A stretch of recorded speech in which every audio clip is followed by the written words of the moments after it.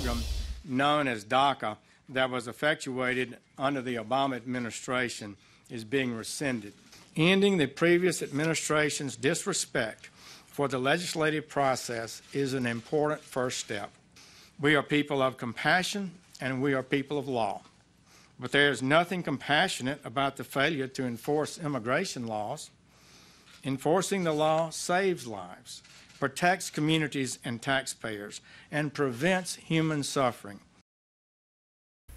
The big story on 12 News at 6, ending an executive order that protects certain illegal immigrants and putting the ball in Congress's court.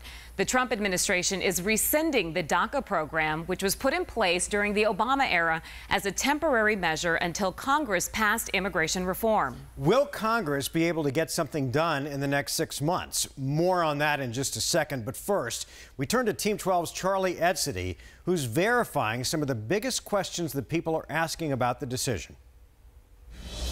Well, there are a lot of questions looming about the future for these DACA recipients, but one resounding question coming from a lot of critics is why these so-called dreamers did not apply for full citizenship. We are the dreamers! We are the dreamers! The mighty, mighty dreamers! The futures of 28,000 undocumented immigrants in Arizona now lie in Congress's hands. A group of local attorneys are telling them not to panic. If you have DACA status, you can continue to work and live here in the United States. But the question is, for how long, and what should dreamers do in the meantime?